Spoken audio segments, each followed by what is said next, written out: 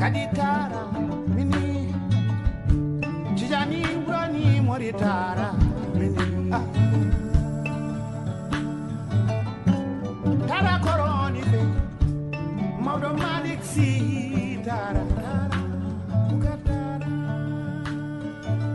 mbokk yi ñu ngi leen di nuyu kenn ku nekk turam ak santam ñu ngi rafetlu baax seen ànd ak Ferlo FM 94.0 ak www.jolofactu.com ni ñu ko baaxoo mbokk yi di ko ànd ak yéen seen émission pencum Jolof di wéy di ci dalal ñoo xam ne ñi ngi fekk baax ci département bu Linguère ngir ñu waxtaan ak ñoom lépp loo xam ne jëm na ci seen jaar-jaar ci seen taxawaay waaye ci li nga xam ne mooy seen xalaat ci li nga xam ne mooy tolluwaayu réew mi rawatina tolluwaayu département bu Linguère gannaaw ba ñu gërëmee mboolem ñi nga xam ne jaar na ci ki ci mujj di Pa Birassi Sow ñu gërëm ko tey ñu ngi wéy ni mbokk yi am ci mbéttu baax na daal ci Bakar Guissé nag moom membre la woon ci PAI foofu la dooree waaye lu jëm ci li nga xam ne moom mooy wàllum formation ingénieur des mines la ñu fa ci naa waxtaan lépp loo xam ne jëm na ci parti bi nga xam ne ci la nekk waaye tolluwaay bi nga xam ne def na ko ci Jolof kon góor gi Bakar Guissé ñu ngi lay nuyu am mbéttu baax daal la daam kontaan naa trop ci bi nga ñëwee na da ngay waxtaan ak man kontaan naa parce que damay nit koo xam ne bëgguma sax lu bari di wax ci rajo yi parce que bëgg naa lu may wax ñu déglu ma xam ne koo xam ne lu gëm li muy wax la di profité nag ci lii nga ñëw tey seeti ma pour ñu waxtaan pour ma nuyu sénégalais yi nga xam ne yëpp mën na am danañ dégg suñu waxtaan wi di nuyu suñ mbokki Jolof yëpp nga xam ne mën na am suñu waxtaan wi dana ko dégg suñ xarit yi ak ñi nga xam ne aussi du suñuy xarit mais mën a dégg luy wax pour luñ ci mën a jël. d'accord mais Pape Bakar Guissé wax nga léegi daara nga dëkk xëy na da ngaa farale sa bopp daara rek waaye Jolof nga. non xam nga bu ma nee daara laa dëkk ndaxte nag wax dëgg yàlla daara laa juddoo fa laa yaroo fa laa jàngee fa laa teddee aussi fa laa amee ay responsabilités aussi mais ku mel ni man su ma neexee ma ne Linguère laa dëkk ndaxte ku xam Linguère xam ne sama mag yong bokk ak benn ndey di Alaaji Daouda Mar ca Linguère ñëpp xam nañ ko fa sama mag Alaaji Momar Mar ci politique bi foofu Linguère ñëpp xam nañ ko fa donc man Jolof laa d'abord ku sant Guissé rek ku dëkk Jolof dégg ku naan Guissé rek xam na muy Jolof. alors wax nga ko léegi Pape Bakar Guissé am nga jaar-jaar yu am solo mais daanaka li ñu dégg ngay wax bëriwul li ngay bintit bëriwul xaw ma nag ndax loolu sa tànneef la wala lu ko waral. bu fekkee ne waxtaan dëgg la am na ñu bari ñu naan ma mais doyen ndax doo bind. bu dee ci affaire service ñu bari da naan non on ne comprend pas ndax lu tax doo bind li nga xam sa ci affaire pétrole bi li nga xam ci lii ak laa tax doo ko bind damay rey rek ñu naan ma affaire histoire politique lu tax doo bind wax dëgg yàlla mën naa cee bind parce que am na lu bari lu ma ci xam ndaxte mën naa ko tënk rek ci bi nga xamee ne moom laa jógee ci lycée yeeg ñoom seen yooyu yëpp ba dem université bu Dakar bi ma demee université bu Dakar daal di dem dugg ci mouvement des étudiants nekk membre de la CA de l'Union démocratique des étudiants du Sénégal bokk ci mouvement démocratique des jeunes du Sénégal nga xam ne je suis le premier trésorier de ce mouvement qui a été créé nekk nag ci lutte bi di xeex am na yu nit ñiy tiitaroo mais mën naa ko wax de wax dëgg yàlla jamono yooyu métti na xeex bi métti na mais am na benn bés boo xam ne 7 heures du matin lan ma jàpp ndax agitation politique yóbbu ma central jëlee ma central daal di ma yóbbu Rebeuss booba du comme tey. yaa ngi nekkoon ci pavillon M donc. booba maa ngi dëkk ci benn couloir bu ñu tudd le couloir M du pavillon A couloir M tous les documents d'enquête des étudiants booba bureau bi mën nañ ko doon jox sama néeg la nekkoon. booba aussi yàlla def na ci néeg ba ma bokkoon néeg ba ma nekkoon nga doon siège MEPAI mouvement des étudiants du PAI moo doon siège bi sama nekk. chambre 279. 19M du couloir M 279 couloir M kuy étudiant révolutionnaire xam nga luy couloir M parce que foofu policiers yi mënuñu foon a accéder. depuis lycée la kii nekk révolutionnaire nekk bañkat di dugg ci mouvement yi depuis lycée la donc ci yow. man ba may xale ba tey yàlla na ko yàlla xare aljanna Kumba Ndaw moomu tuddoon jànkalaar ndax damay bañ. ku ma xam ne dama daan bañ tout le temps mouvement révolutionnaire ci laa nekk def 2 ans à l'université de Dakar jógee université bu Dakar dem Russie ba ma demee Russie aussi ña gën a defaraat parti africain de l'indépendance ci laa bokk ñu daal di may jël def ma njiit booba maa ngi nekk ak sama rakk joo xam ne dama koy gërëm ndax xariñam muy Yorodé bi ma nekkee Russie année bu jot ñëw naa Sénégal dem naa France te li ci ëpp lépp affaire parti bi laa daan toppatoo bi ma ñibbisee nag ñu affecté ko ma comme ingénieur au ministère de l'industrie pour wax daan dëgg la booba cadre laa aussi yaa am liggéey bu baax liggéey boobu wax dëgg yàlla du comme tey doon naa jiital sama xel di liggéey bu rafet samay kilifa fonk ma mais terewut ma doon nag toppatoo parti bi. mais gannaaw loolu tamit en tant que Jolof gis nañu ne branche bi nga jëloon di wàllu pétrole di ñu nga ko léegi muy actualité bu am solo sax ci réew mi fi ñu toll nii Babacar doomu Jolof yu bëri xëy na dugguñ ci woon lu jëm ci wàllum pétrole hydrocarbure ba ci wàllum mine. li wóor mooy Jolof am na ay recherche yu fa ay nit def am na ay ingénieurs yu dëkk Jolof am na ay cadres yu dëkk Jolof ci domaine yëpp muy mine énergie am na yu bëri yu ñu fa liggéey mais vraiment gisuma ci loolu benn organisation boo xam ne dañ ko war a def ci affaire pétrole wala yu mel ne ñu ne Jolof la wala non c'est un problème national en général ce sont des problèmes nationaux et même des problèmes internationaux parce que fu nekk ci àddina presque ci réew yëpp presque dem naa ci ay conférence su pétrole li nga xam ne kay moom peut-être daanaa ko ci def mooy wax dëgg yàlla affaire électricité bi lu ma mënoon di def yenn saa yi daanaa dimbale pour l'électrification du Jolof mais daawuñu ko def pour titre daanaa dimbale aussi pour affaire hydraulique loolu mag ñi nekk Jolof ñu ci bari xam nañ ci lu bari parce que boobu daanaa leen jàppale bien que nit ñi dañu yaakaar ne waa opposition duñ dara teguñu woon ay nit ay dof la nangam ak i nagam yore seen oto yu rafet ñu yore suñuy sareet di wër dëkk beeg fu nekk mais yaakaar naa ne jamono yooya ku nekkoon Jolof booba xam nga luy LD. D'accord. parce que maa ngi doon ànd ak ñaar ñoo xam ne Sénégal gépp aussi xam na leen muy Mbaba Guissé Baxaw Seck ñoom laa daan ànd ak ñuy dem Jolof bon demee Jolof aussi am na lu bari loo xam ne formé na leen fa kenn laa ci gën a la gën ci gën a tudd muy Sa Ñebe Ndiaye qui vient de partir mënoon a xeex la ay jàmbaar daaw nu ànd ak lu mooy ay jàmbaar ay xeexkat ñoo xam ne dara yoru leen woon lu mooy l'intérêt du Sénégal et l'intérêt de leur patrimoine c'est toute notre vie tout notre combat suñ combat yépp mooy lan la ñuy def pour Sénégal gën a jëm kanam te bu neexee yàlla nañu yàlla dimbale ci loolu la ñuy dee. alors risque googu wax nga ko xam naa dina ñëw ci jeexantalu émission bi wàllu pétrole ndax nekkoon nga tamit li nga xam ne moom mooy conseil spécial bu président Macky Sall bu nekkee ministre ci wàllu mine loolu des na ci ñëwaat mais gannaaw loolu bi nga demee Russie tamit gis nañu ne da ngaa taxawaat li nga xam ne mooy parti bi di dajale ndaw ñi pour ñu ju seen loxo. bi nga xamee ne ñëw nañ Russie nekk réew mu sori yaatu. mais ñu organiser wu bu ñuy dem ci benn fédération maag Yorodé ñooy ànd Yorodé di xale boo xam ne dafa yàgg xarañ dëkk bu ñu dem mooy def exposé pour conférence bi maa koy présider bu ñuy def conférence bi étudiants yi bu ñuy intervenir ci leen deen di seet bu paree am ñoo xam ne dañ leen ciy remarqué jéem a jot ak ñoom pour dugal leen ci suñu parti la Ligue démocratique et le PAI nekkoon des mouvements forts en Russie. lu la si dugaloon en quelque sorte ci PAI boobu. PAI boobu dama ñëw fekk ne nit ñi ne Sénégal kat fi mu nekk indépendance am bii du indépendance bu baax ñii dañu yàq réew mi ñi nga xam ne nag dañoo bëgg a taxaw pour defar réew mi nan ànd ci camp boobu laa mës a bokk ci laa bokk bien que léegi confusion am na. mais ku seetlu xam na ñi nga xam ne ñoo doon xeex démb ba tey ci loolu la nekk kenn mënut a fexe ba dugal leen ci loo xam ne du noonu réew mi nag jafe na léegi aujourd'hui parce que bu njëkk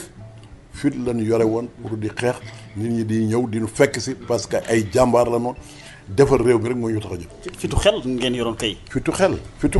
parce que fit moom doole xëy na du. fitu xel ak nan la ñuy defaree nit ñi mais léegi. li ko yàq lépp nit ñi ay poste ak xaalis rek lañ xalaat. alors 1974 ngeen taxawal Ligue démocratique. voilà en 1974 dama ñëw fii vacances bi ma ñëwee vacances dem seeti Sané yal na ko yàlla yërëm moom nga ba gisee ma waxtaan ak ñoom ñoo ne ah léegi kat comme ni leen ko waxoon ñaari at a ngi nii xam ngeen ne ñun ci parti bi ñun ñëpp ñu am ay problème yéen xam ngeen ko ci ñuy échanger démocratique léegi nag liñ bëgg mooy au mois de septembre dañuy créer parti boo xam ne dañ koy tuddee LD. comme nag yow yaa ngi ñun yéen a ñoo bokk xalaat ñun ci doon def ak yooyu comme da ngay ñibbi août documents yi pare na daan la jox documents yi boo demee nga bay lii France li ci def nga yóbbaale ko pour waxe ne au mois de septembre danañ créer Ligue démocratique. 1974. bi ma ñëwee waxtaan ceeg sama camarades yi nga xam ne ñoo nekk PAI yi. mais nag li gën a rafet mooy nañu yónnee lettre waa parti PAI yi pour wax leen ne ah dégg nañ ne créé benn parti bu naan LD lu ngeen ci xalaat. après des concertations ci leen jël ñun une décision historique en 1975 que ñun ñi nekk Russie bàyyi nañ PAI yi léegi ñun ñëpp ñu ngi ci LD. lu ko waraloon. lu ko waroon booba c'était des problèmes de ligne. parce que tout simplement il y avait beaucoup de divergences sur la ligne sur les problèmes comment Mongsmout a été liquidé a été suspendu etc. Il y avait des problèmes dans le parti et comme on ne s'entendait pas avec la direction nous avons décidé nous d'aller créer notre propre parti en dehors de ces structures. alors mais ci ay jamono tamit daanaka mënoon ngeen wax ne xamu leen woon fu ngeen teg seen tànk ay baana ngeen ay clandestine ngeen nekkoon. parce que boobu aussi ay xale yu xam luñ bëgg ak fu ñu bëgg a dem. mais li waral ngeen nekk clandestinité mooy xëy na reconnaître leen. xam nga li tax ma naan xale yi en 1960 le PAI a été dissous. le gouvernement bu Sénégal dissoudre PAI et nous sommes rentrés dans la clandestinité. par Léopold Sédar Senghor. par Léopold Sédar Senghor et Mamadou Dia. lu ko waraloon. ah booba ñoom pour ñoom gisee indépendance ñun pour ñun ñoom amuñu indépendance ñoom dañ leen a délégué ay pouvoir rek français yi. c'était le régime néocolonial. kon discours de Gaulle ba àndoo ci woon yow. discours de Gaulle bi on était d'accord je n'étais pas encore dans le mouvement mais en tant que jeune je faisais partie de ceux qui voulaient qu'il y ait l'indépendance immédiate. mais de la manière dont le Sénégal a eu son indépendance. nous n'avons jamais été d'accord sur ça. jusqu'à présent c'est de l'indépendance négociée. maintenant il faut la réelle politique fait que on ne peut plus se mettre à dire le Sénégal est indépendant ou des trucs comme ça il faut le construire ça on a dépassé cette période historique est dépassée. alors 78 Babacar Guissé beneen bi tamit xewaat na ci parti bi ndax am na ñoo xam ne ñi commencé nañ ci génn ak ŋàññ ci biti. xam nga clandestinité dafa métti. surtout que en 1974 Léopold Sédar Senghor année boobu na day créer des courants ñii nekk ay kii les 4 courants am des camarades yoo xam ne pour ñoom il n'était plus question de continuer à être clandestin il faut sortir et aller se battre ouvertement loolu des camarades ont quitté des camarades valeureux aussi ont quitté le parti et son parti et on a continué le chemin jusqu'en 1981 date de la légalisation de notre parti. pour aller faire une conférence de presse. non quand ils sont allés faire la conférence de presse c'était dur pour nous parce qu'ensemble on était dans la clandestinité une partie de nous sort fait une conférence et presque tous les militants étaient dehors en ce moment mais malgré tout on a continué persévérer dans la clandestinité heureusement le régime répressif ne s'est pas abattu sur nous. ngay wéy di gëm li nga xam ne mooy Ligue démocratique di ko défendre ci réew mi ak bitim réew. li wóor mooy en 1981 à la légalisation de notre parti dañ def jéego yu mag te loolu en tant que Jolof je suis très fier parce que en 1981 Jolof la LD njëkk a tenir son meeting national Jolof fu la njëkk a tenir son bureau politique c'est la première fois qu'il a tenu son bureau politique en dehors de Dakar. alors laata ñuy ñëw ci parti bi ak rawatina LD ak kilifa yi nga xam ñoo ko ŋànk ci réew mi ni ñu jàppee woon Jolof mais ndaje yu bëri tamit doon ngeen ko def ci HLM d'abord en tant que doomu Jolof ndax da nga ñëw tox si Jolof wala sa liggéey moo la bay Jolof. dama ne bi ma ñibbisee maa ngi bokk ci CB bu ñu tuddee woon CB1 aux HLM 1 sama mag Samba Guissé nekk un militant révolutionnaire këram aussi koo xam ne étudiant nga mos a jógee bitim réew wala yu mel noonu këram ngay dal presque këram mën na ne woon mooy siège du parti bi Kër Samba Guissé HLM 1 numéro 415. mais defoo ko woon base je pense sa fief. non booba Ndakaaru lay politique booba sama fief moo doon Ndakaaru j'étais à Dakar où j'ai milité aux HLM mais terewut en tant que responsable national dañ daan dem Jolof il faut tenir des tournées des missions d'encadrement de former des gens de former des comités et cetera et tout. d'accord kon Babacar Guissé membre fondateur LD. moom fondateur LD laa woon te bi ma ko defee aussi terewut amul fenn foo xam ne ci Sénégal taxawuma fa ànd ak les plus hauts responsables de ce parti pour ñu seet nan lañuy def booba nag daan waxante dëgg comme ni ma nekk chef de service nekk opposition il fallait nga nekk gaynde élection yëpp amul yenn élection yoo xam ne depuis la légalité du parti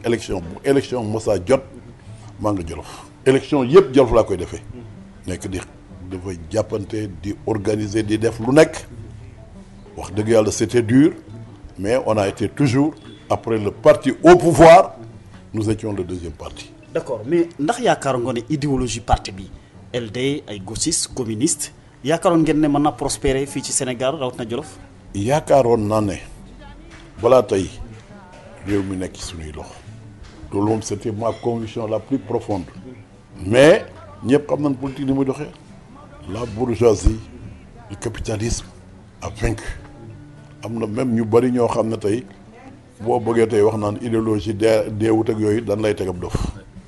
mais xam nañ ne idéologie day loo xam ne du dee mukk ci àddina mais comme conviction jarul di ko wax ci làmmiñ wala yu mel ci xol la nekk nga di ko travailler ci bopp ci xol la nekk nga koy travailler ci bopp l'idéologie va toujours demeurer. waaw parce que bu ñu dugg ci loolu bu ñu dugg ci Jolof ñun ñëpp Jolof gi yëpp nangul nañ ne ku gëm LD nga ku gëm li nga xam ne mooy idéologie parti nga tu n'as jamais transhumé. xam nga affaire yi transhumé dama xamul lan la wax dëgg yàlla parce que man lu ñuy wax lu leer nañu nag kaay leen ñu ànd defar réew mi kaay leen ñu ànd defar Jolof ku bëgg ñëw ànd ci ak ñun ku bëggul ki on a connu nag beaucoup de départ ñoo xam ne dañuy ànd ak ñoom di dem ba ca digg ba ah malheureusement pour une raison ou pour d'autres ils nous quittent. d'accord mais Babacar Guissé parti LD war na mën a am doole ci Sénégal mais rawatina Jolof bu fekkee ne baykat yi sàmmkat yi ngeen di xeexal waxuma sax nappkat yi mais baykat sàmmkat mooy département bu Linguère foofu normalement adhéré bi nga xam ne bi ñun ñëpp ñëw nañ ànd ak yéen c'est normal. am na loo xam ne day koo xam ne yaa ngi doon suivre politique xam nga ne Jolof ñu gëmoon LD lan mais nag pour xeex LD pouvoir bi léegi ne wut Jolof li muy tuuti daana am ñaari ministre ay député ñoo ñëpp ñëw avec les moyens de l'État di xeex ak ñoo xam ne amuñu lu may leur maigre salaire ah en tout cas jusqu'à présent les membres fondateurs ceux qui ont adhéré en 1974 ñu bari jusqu'aujourd'hui qui ont plus de 60 ans demeurent encore des militants convaincus de la Ligue démocratique. Boo demee Linguère nous avons des gens très sérieux qui sont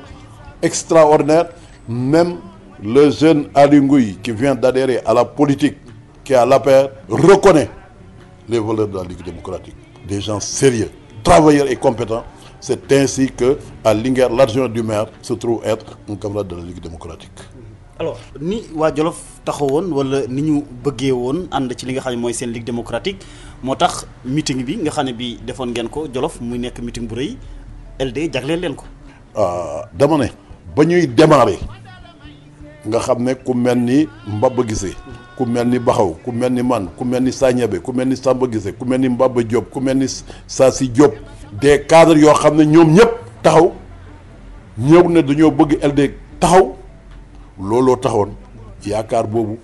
ñu amoon moo taxoon ñu defoon le meeting à Linguère ce qui fait que jusqu'aujourd'hui La Ligue démocratique, pour moi, est un parti fort jusqu'à présent, parce qu'il a des hommes valeureux. Pour moi, les militants de la Ligue démocratique sont des gens dignes.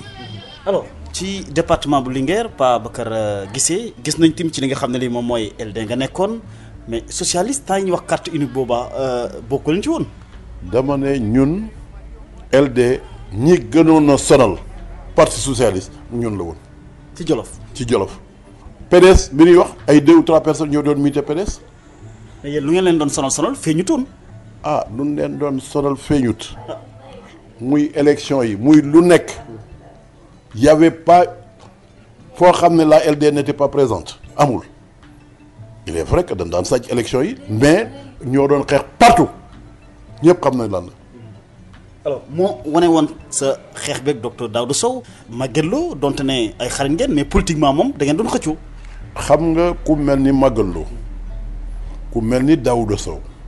ay nit lan ñoo xam ne amoon nañ xel daanaa wéet ak ñoom di waxtaan ak ñoom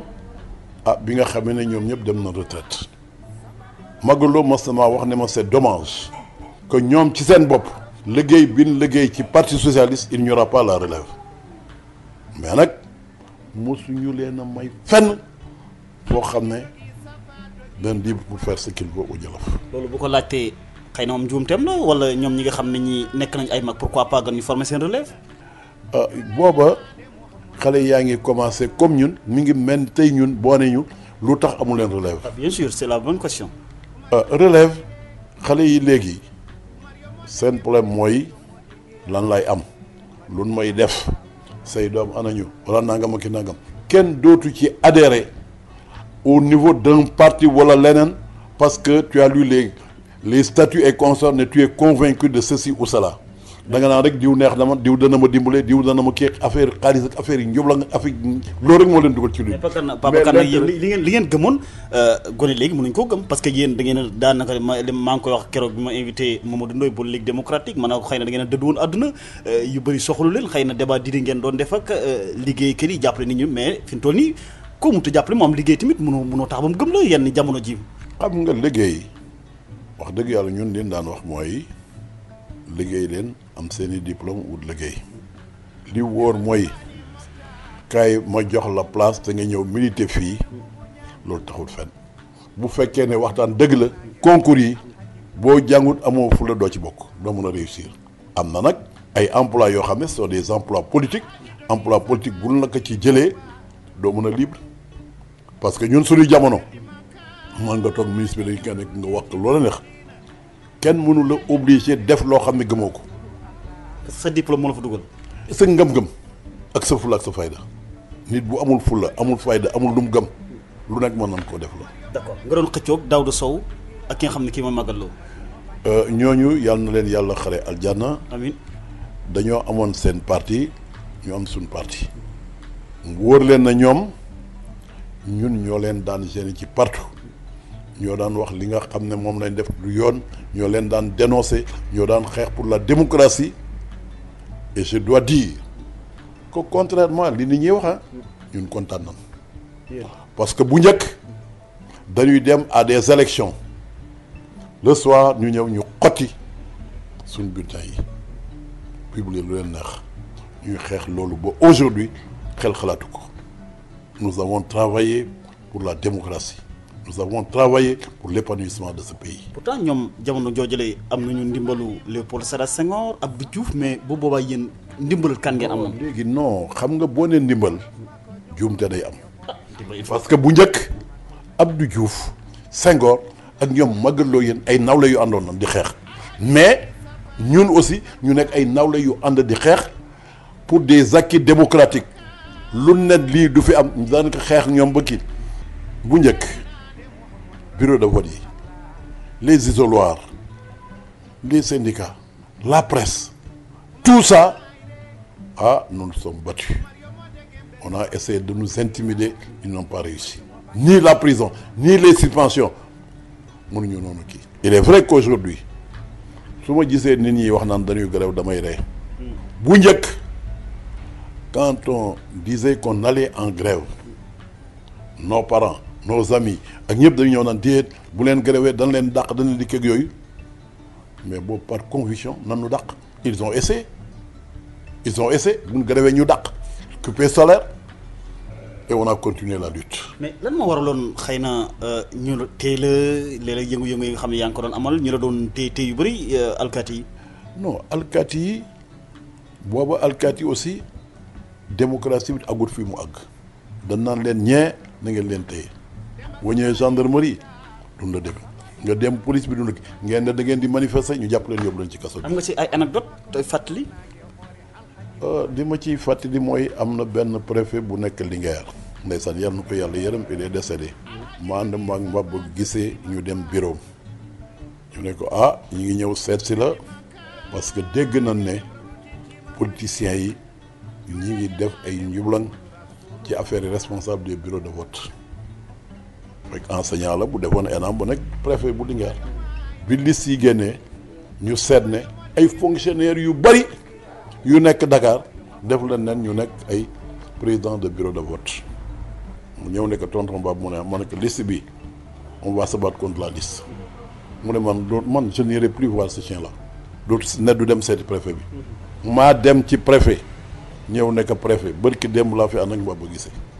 nga ne woon yow kii ñii nekk président de bureau de vote xam naa ci ñeent ñoo xam ne xamu leen Dakar la nekk foo leen xamee bu leen def bureau de vote te pourtant lu nekk nga doon wax fii devant nous vous ne valez absolument rien dem bi ma génnee dégg naa dafa doon jooy ndax gàcce nee na am na yeneen nga ñëw demandé ne fii la ñuy meeting daara par exemple da ngay demandé ne fii la ñuy meeting malheureusement pour moi sama grand frère moo bokk même père ma demandé dañuy meeting à telle place mu dem à la sous-préfecture ne leen ñun aussi foofu la ñuy meeting. boobu ci ban parti la nekkoon PS. PS la nekk man ma nekk LD. C'est la vraie démocratie, ça. Non. Pour être honnête, chez moi, ça a toujours existé comme ça. Le PS équipe, mais bu doon tey nga xam ne ñun nekk ci kër sa mag di chef de cabinet wala sa mag di ministre ak yooyu nga compte ñëpp kii ña ngi lay arrêté ña ngay quitté xam ne mooy kii léegi responsable que ce soit les responsables qui sont au pouvoir que sont les autres kenn ñeewu ko ñun borom yi fit lan woon borom yi engagement lan woon. D'accord. Babacar mbokk yi gisee la ñu daal di dalal ci leen émission pencum Jolof ci Ferlo FM ak www.jolofactu.com mais en 2000 nekkoon nga coordonnateur régional bu FAL alors lu jëm ci wàllu subvention it xëy na sunu maas gi bëgg nañ nga dellusiwaat ci loolu lan moo ko sababoon ak ban taxawaay nga ci amoon. En 2000 bi nekkee dans le FAL avec Ablaye Wade comme notre candidat j'ai été choisi comme coordinateur régional bu FAL. Je dois dire que j'ai un véhicule boo xam ne man maa ko moom ma nga tey jusqu'à présent au lycée Maurice Delafosse maa ñëw fii vers 15 heures jël fi subvention yi yóbbu ko Kébémer yóbbu ko Louga Linguère venir passer la nuit à Dakar le lendemain ñu déparaat pour dem accueillir Ablaye Wade à Linguère oto booba ci la juin kii fulaa ko ñàkkee complètement ba tey mu nga en ferraille au lycée Maurice Delafosse mais terewut bin ànd ak Ablaye Wade ñu dem ànd ak moom ban gagné avec un programme qu'on avait établi avec lui malheureusement. Quel était le programme? Ban programme? Un programme commun de gouvernement qu'on avait avec Ablaye Wade. Le document existe jusqu'à présent. Dès qu'il a été élu, il a mis le document à côté. Sa première des choses, c'est comment faire pour me débarrasser des militants communistes. D'accord. Babacar Guissé xëy na ñu bëri bi ñu déggee na maa ngi lay dalal ci seen émission pencum Jolof bëgg nañu ñëw ci commune bu Daara taxawaay bi nga xam ne amoon nga ko ci lan moo waroon sa feggoo ak Ali Salah parce que ñu bëri jàpp na ne da ngeen a xaritoo woon donte ne xëy na bokk leen woon ay ngëm-ngëm nekkoon nga conseil municipal 2002 alors mais conseil municipal boobu justement Babacar mais daanaka ndaje yi nga xam ne conseil municipal yi ñu ngi ko doon def daanaka teewoo ci lu bëri lu ko waraloon.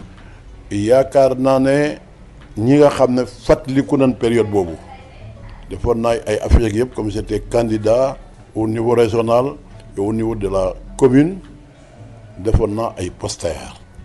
moo def ci un ingénieur expérimenté au service de sa région et de sa ville. Dieu nous a aidés, nous avons gagné les élections régionales et les élections municipales. Malheur pour le Sénégal, ce sont les militants du Parti socialiste qui ont transhumé au PDS qui ont eu à occuper les postes de responsabilité. C'est ainsi qu'à la mairie de Dara, Ali Salah a été élu comme maire à Dara. Vous étiez parti allié? Nous étions ensemble dans la coalition Sopi. J'ai dit, mon parti est dans la coalition. Je ne vais pas me singulariser. Mais, dès l'instant qu'on avait voté et tout, et je ne pouvais pas ne pas respecter le mot d'ordre de mon parti, qui avait décidé qu'il fallait voter pour le candidat du PDS, nous avons voté pour lui. Alors mais dafa la neexutoon Babacar Guissé ñi nga xam ne ñoom ñooy socialistes yooyu transi woon ñëw ci PDS de la métti woon wala. Non, j'ai eu mal, pour être honnête. Pourquoi? Parce que des gens que j'ai combattus frontalement, et que tout Dara savait que j'ai combattu, ces gens du Parti Socialiste. Je les ai combattus. Et malheureusement... Exemple Ali Salah. Ali Salah, qui était le maire socialiste, et qu'on a repris comme maire, Nena Man, Mounouma, doon xeex Parti Socialiste, ban gagné mairie bi, tey ñuy jël Parti Socialiste di ko jox muy jiite mairie bi. Dama bëgg nag foofu nit ñi xam bu baax la portée politique. Sama diggante ak Ali Salah comme personne à personne, Ali Salah ñëpp xam na ne sun mag la sun lépp la, on la respecte et tout du dëgg. Je n'ai rien contre Ali Salah et yàlla mu am quelque chose contre Ali Salah parce que sun mag la ku grandi devant lui et consort sun mag la, mais on n'a jamais tergiversé de ça. Muy magaloo koy sun najaay, muy Daouda Sow di seen mag, muy Mor Mar, muy moom wala Ablaye Niang, nous avons mené le combat politique contre eux. Donc, je lui ai dit devant tout le monde, je vous respecte beaucoup, mais je ne siégerai jamais à ce conseil-là. Parce que je ne peux pas accepter di xeex Parti Socialiste ba tey ñu daaneel ko Parti Socialiste ñëw di diriger mairie bi du ma ko nangu. Kon ñoom dañoo làqatu ci PDS. Ah loolu nag wax dëgg yàlla yéen a ko tuddee transhumance. Les transhumants sont montés aux commandes, mais j'ai dit que mënuma tere ñu jiitu mais du ma leen topp. Mais lu tax yow tam mënoo woon a def loolu dem ànd ak waa PDS d'ailleurs sax parti allié ngeen woon. Sénégal ñu bari dañuy def na dañoo yeewu ci politique mais yeewuñ ci bés bu jot ñu ngi dégg lu nu neex ak lu naqari. nit ñaa ngi naan nu Ligue démocratique lay ay boobu parti dootu dara parti boo xam ne day langaamu day toppe lu dara dootu dem élection tout seul ay coalition lay wéy wala yu mel noonu. C'est que ñun dañuy parti boo xam ne dañuy analyser la situation. Pour daree xew dañ naan lan lañ war a def ñu ne dañoo war a fal président de la République. Quelles sont les forces en présence nga seet ko comme bii passé ñun ñëpp dañu taxawoon mais Ablaye Wade dañoo bëgg mu jógee fi ku mën di doon rek Ablaye Wade daal noonu abal ñu teg fi keneen. D'accord loolu 2012 la dinañ ci ñëw mais dama bëgg ñëwaat ci Ali Salah bi xëy na balaa ñoo jeexal foofu lu taxoon dëgg-dëgg nga ne doo siéger comme dafa mel ni ne dafa dem li nga xam ne mooy transhumé dem jóge Parti Socialiste dem PDS kon reconnaître ko en quelque sorte. dama ne mairie boobu dama ne la mairie telle que ni mu doxee woon nga xam ne les 3/4 c'était des militants du Parti Socialiste ñoo ñëw occuper les rênes de la mairie. J'ai dit que moi personnellement, compte tenu de mon engagement et de mon acharnement que j'avais contre ces gens-là, je ne peux pas me mettre sur la même table avec eux. Réunion bu nga xam ne bii maire da koy présider rek defal ndànk réunion boo xam ne nag daan ko convoqué. J'ai des camarades qui doivent y aller. lu ma ci xalaat danaa ko bind wax leen ne su ma demoon su ma sañoon nii wala na parce que aussi koo mënta téye loxoom nag am na la mën a def ak moom. mais yow mosoo bëgg a nekk candidat pour nekk maire Daara bon ku ko nekk léegi kay ñëwal toog di réunion ñëpp. Non c'est pas ça li nga xam ne moom laa def dama ne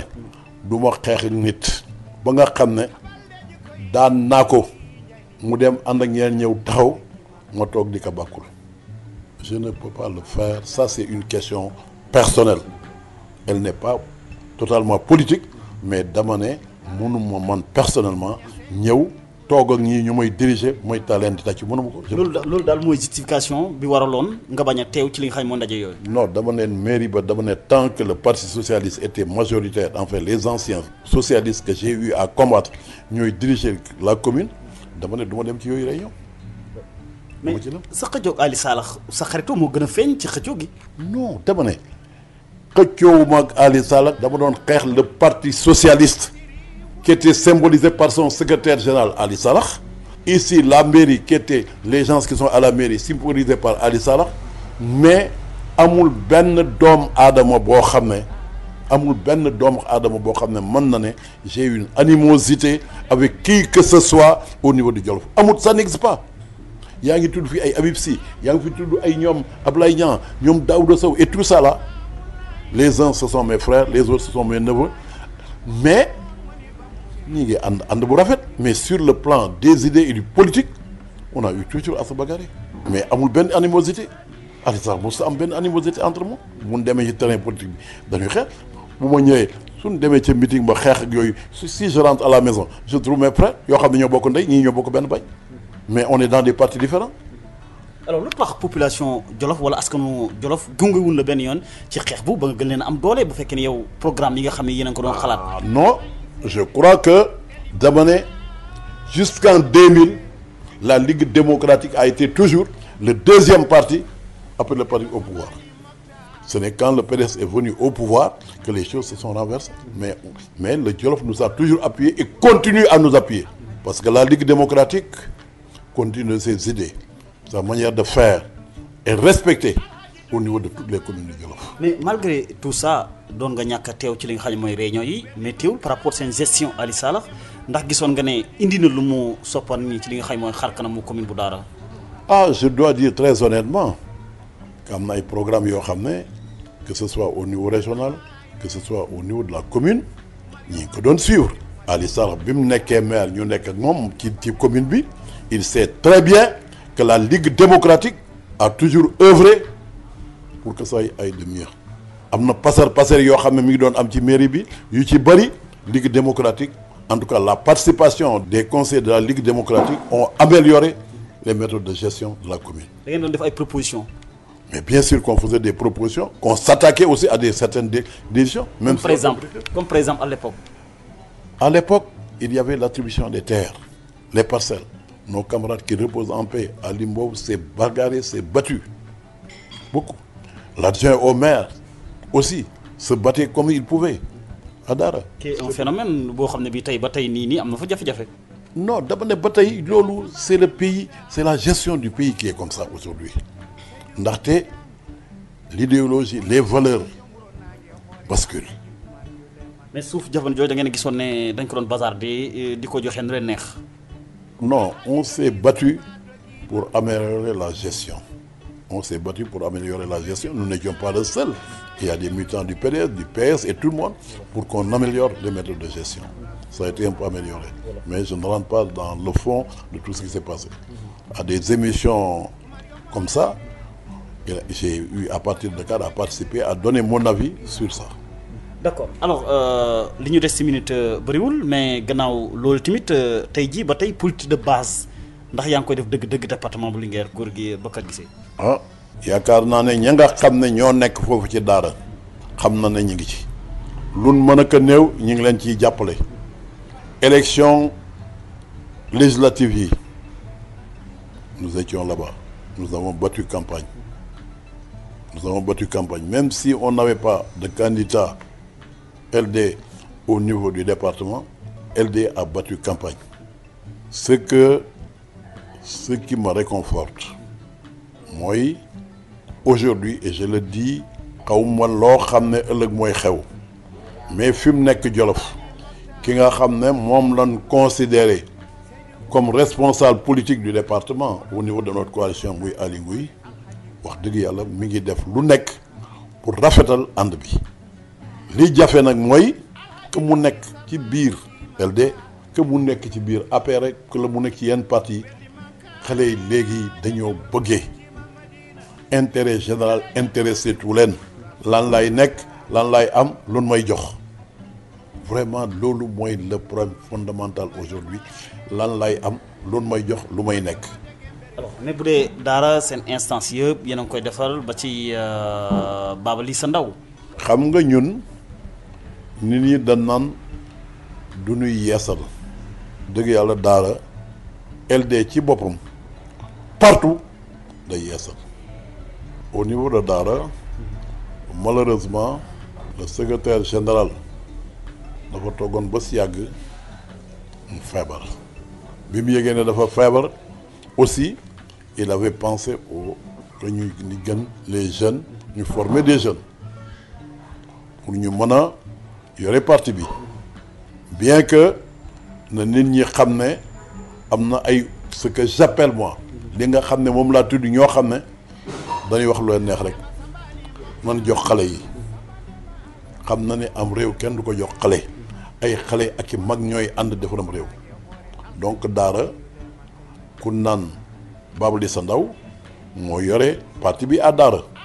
léegi bu ne xale koo xam ne dem nga ba am 45 46 47 ans dootoo xale. ànd ak ñoom Samba Ba. ay ñoom Samba Ba nga fa Bassirou Guissé nga fa ak ñeneen ñoo xam ne depuis 30 ans ils sont dans le ci biir parti bi la nekk te ñi ngi koy jàppale am nañ ay jigéen ñoo xam ne def nañ plus de 30 ans dans le parti ña nga fa. boo demee Sagata c'est la même chose le secrétaire général bu fédération bu département bu Linguère Sagata rek muy Moustapha Ndaw boo demee Linguère Iboulo mooy responsable du parti ba foofa c'est l'adjoint au maire sun militants yi nag lu ñu ci neex mooy koo laaj ne la kii kan la ñoo la militant LD la mun nañu baax te am fula loolu mooy réconfort bi ñëpp xam na ne sont des gens sérieux rigoureux te am fula. d'accord mais gannaaw lutti moo tax yéen a ngi waajal assemblée générale ci Sagata. fi mu nekk danoo convoqué bureau fédéral bi man ci membre bureau fédération bu Linguère laa bokk dañu convoqué réunion le samedi 14 réunion bi nag ñi ngi koy defee Sagata li gën a tax ñu koy defee Sagata mooy Moustapha Ndaw le secrétaire général de la fédération dafa demoon Màkka bay ñëw li soog a ñëw ñu ne kon kay réunion instance bi nan ko defee Sagata comme ça ñi nga xam ne jot ñu koon a ziar profité ko ziar mais nag réunion boobu aussi am na loo xam ne il faut mu wax ci LD am na problème bu xew am na ñoo xam ne dañ ne nii LD di doxee d'accorduñ ci dem créer ji lu ñu tuddee LD Debout ne LD Debout mouvement politique la am na organam yéppam ñu ne loolu day bokk ci day nekk ci biir parti bi loolu nag. muy Cheikh Gueye Cissé ñoom. dama ne loolu nee nan dañuy nekk fële ba pare seen parti am ab parti ci biir parti bi. maanaam mouvement lay doon nag fédération yi dañ ci réunir wax ci lu ci seen xalaat ndax mën nanoo bokk ci parti bi ba pare am beneen parti bu nekk ci biir. am na leen loo xam ne aussi li indi loolu mooy parti bi dafa jël bureau politique dafa jël décision ñu ne d'accord ci li bureau politique jël moo tax ñuy doxalee noonu. loolu aussi def naa bureau politique bi ñëw dana wax ndax ay nit am nañ droit bureau politique réunir jël décision ñoom ci seen bopp ñu ne d'accord ci li bureau politique def. alors mais ba ko gisee xëy na crise moom da nga ko nangu ne am na ci Ligue démocratique wala. bien sûr qu'il y a une crise il y a une crise interne elle n'est même plus interne parce que dépassé na léegi l'intérieur du parti. alors mais lu tax ñu jël parti bi jëlee ko ci Abdoulaye Bathily ñëw joxaat ko Mamadou Ndoye ndax bu boobaa yaakaar nga ne ndaw ñi duñ tax d'ailleurs am na ndaw yoo xam ne ñu ngi doon fippu ne lu tax duñ ñu ko jox ñun. xam nga loolu parti du affaire ndaw ak mag parti association la ay nit ñoo daje waxtaan ñu ne suñ ndaje mi kan moo ko war a diriger mais ñooñu koy ñooy seet ka leen neex ñu ne kii yaakaar na ne mën naa yore suñ kuréel gi. pourquoi nit ñi bëgg koo xam ne ñëpp ci nit ñi bëgguñu nga jiite nga bëgg na yow par force yaa koy jiite loolu mën naa nekk. kon ànd nga ci tabb gi ñu tabboon Mamadou Ndoye. mais bien sûr que ànd naa ci bu baax. amoon na capacité yi ngir doxal ko. dama ne yaakaar jëpp am naa ko ci Mamadou Ndoye am na xam-xam am na expérience moom lañ tegoon ci parti bi. alors mais anam bi mu tekkee ndombal tànkam te bu boobaa nag nga ko jàngatee mbetteel la ci yow. xam nga nag man am na yoo xam ne du sama warugar. xam nga parti bi ma nekk presque ci ñi ci mag laa nekk. parti boobu aussi ci ñi nga xam ne ñoo war defar ñoo ci nekk. ak kër bu amee coow wala am leneen li ci gën mooy ci biir kër gi ñu jéem a seet nan lañ koy régler ndax dana régler ci biir kër gi wala déet. mais léegi génn na kay mi ngi ci penc mi léegi moo tax ñu ci wax. non déggoo li ma wax dama ne. ñëpp a ngi ciy wax. passé na Sénégal sax wax ji. mais terewut ci sun biir ñi ngi waxtaan di def lu nekk pour dépasser loolu. alors ndaxte nee naa la toujours koo xam ne militant communiste nga da ngay xam da ngay am xel da ngay xam nu ñu régler problème yi jamono yi. ay nit danaan guerre ba pare ñu fexe ba nekkaat benn. d'accord Sénégal ay crise mës na fay am du tere ñu dem ba ca digg ba ñuy jubawaat. d'accord mais tey jii Mamadou Ndoye ak kàddu yi nga xam ni wax na ko seen ñeenti millions yi ba mu jur coow daanaka ci réew mi yëpp ba ci seen ministre yi Khoudia Mbaye alors bu boobaa tamit loolu lépp da ngeen yaakaar ne Mamadou Ndoye daa juum ci kàddu yi nga xam ne fësal na ko ci penc mi wala lu mu waroon wax la. xam nga réew mi. le président de la République. il a des fonds yoo xam ne ñoo ñàkk fulla ñoo xam lu tax ñoo ne ko lii yow lan ko jox. loolu neex nga def ci laaj ñu nga rendre compte wala dara lii xaalis la boo xam ne ci sa loxo lañ ko teg loolu neex nga def ci xaalis boobu. muy fonds politique. président de la république woon nit ñoom ñaar ñu toog mu nekk waaw léegi yow ci sa bopp weer wu dee danaa la dimbalee temps yow ci sa bopp yow laa ko dimbalee de ñu dem ba ci yàgg mu dégg ne xaalis ba jox na ko parti bi mu woo ko ñëw ne ko mais man yow da nga maa jaaxal. yow man maa ngi lay may ñeenti millions pour dimbale la nga def sa liggéey nga dem mooy que parti bi alors que ñu bari xaalis bi ma leen jox seen bopp lañ ko kii du dëgg mais loolu wax dëgg yàlla ci sama li ma yaakaar waroon naa mën a nekk waxi biir nekk xaalis boobu nag journaliste yi surtout am na liggéey buñ ci def. Mamadou Ndoye moo ko wax de. dama bëgg nga déglu ma. moo ko wax ci émission donc man damay reporter Mamadou Ndoye wax ci émission ak li ngeen tëral ak li ci nit ñi def du benn. Mamadou Ndoye daf ne moom ci boppam moom la Macky Sall doon jox 4 millions naka yow laa ko dimbale xaalis booba Mamadou Ndoye ko moom daanaka wax ne bu ma neexee ma joxe 1 million lu ma neex ma jël mais may naa ko parti bi du dëgg keroog ban tekkee ndoboom keroog la xaalis boobu arrêté. kon kay c'est pas le financement de la LD. c'est son financement bu ñu koy dimbalee la. moom ci boobu lañ ko doon dimbale te loolu. donc y a pas de quoi fouetter un chat. te dama ne non dama ne su fekkoon ne sax Macky Sall day jël 20 millions 30 millions 40 millions di ko jox LD Macky yore xaalisam di ko jox LD on peut dire que booba Macky mën na ne day financer LD. kon Mamadou Ndoye mën na koo wax bon jarul coow lu normal la. pour man daal. waxi xaalis boobu wax dëgg yàlla mënoon naa bañ a génn parce que pour man ni ma ko gisee ci expérience bi ma am ci àddina mooy am na ay ambassadeur bitim réew am na fi ay homme d'affaires yu am alal ñoo ñëpp tey dinañ tiit ne ah ñii ndax jaar naa leen a dimbale est-ce que bu ma leen dimbalee doon ma weer parce que du temps de Senghor ce n'est un secret pour personne du temps de Senghor du temps de Abdou Diouf du temps de Abdoulaye Wade am na ñoo xam ne ay boromi alal yoo xam ne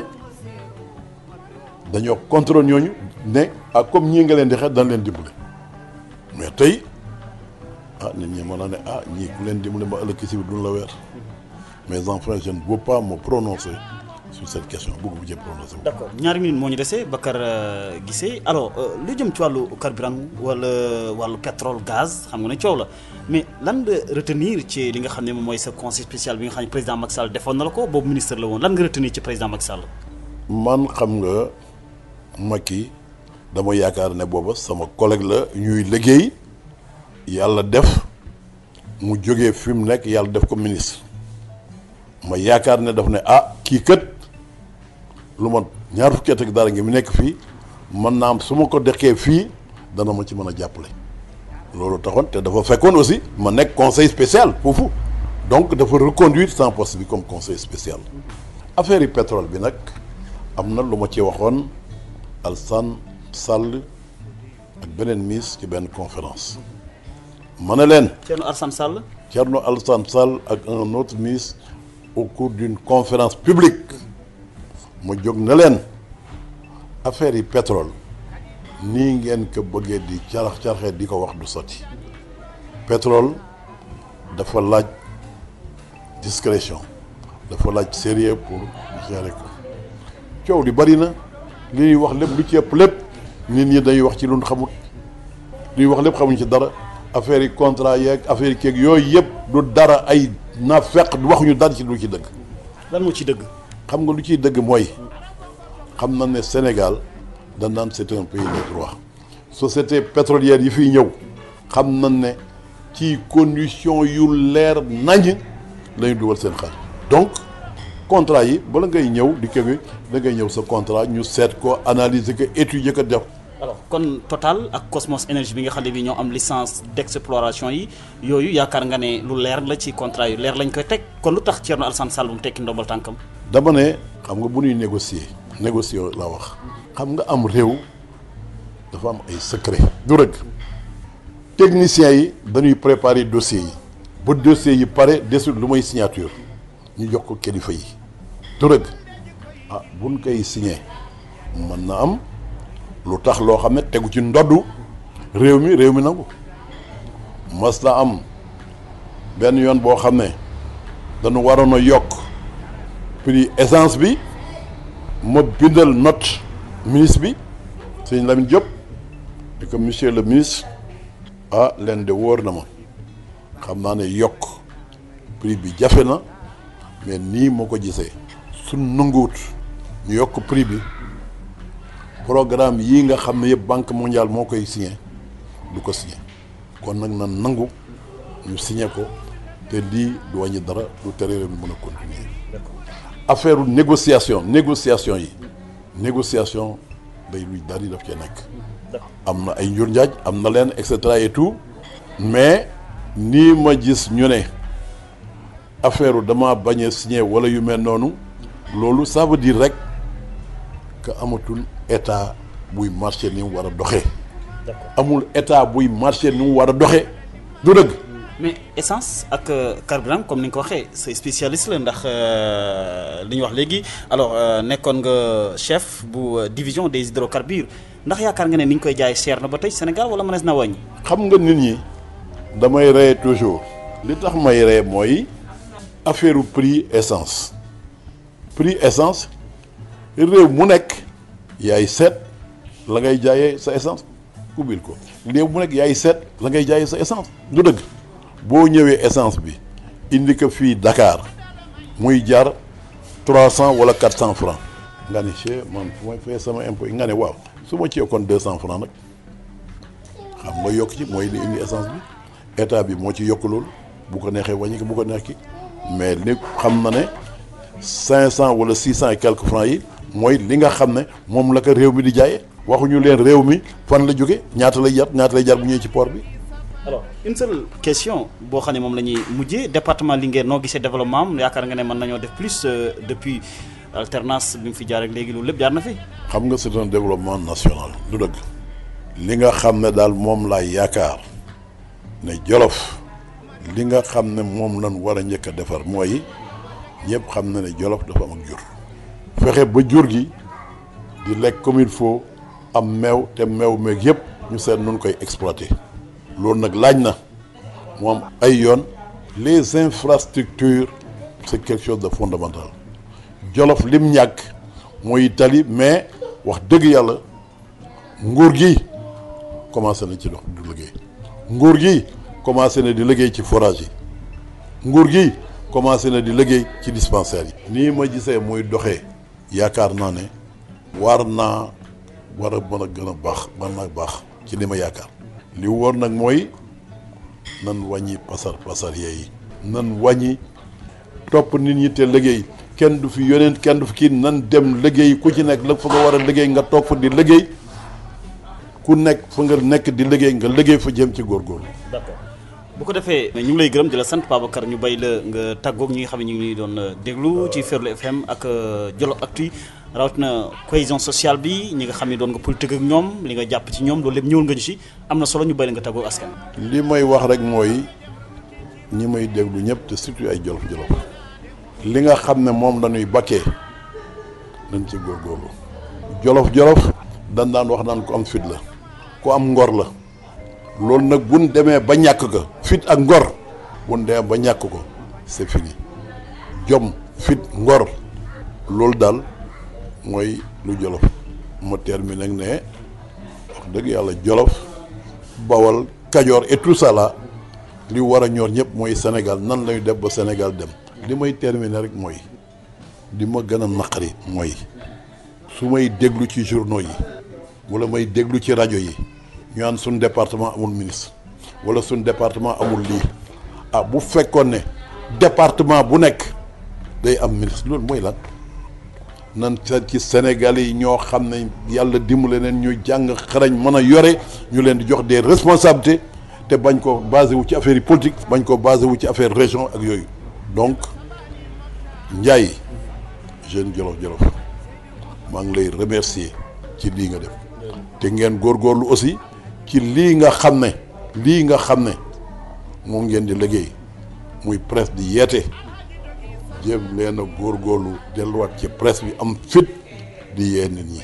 vous avez un grand rôle à jouer yal na leen ci yàlla dimbale vraiment je suis fier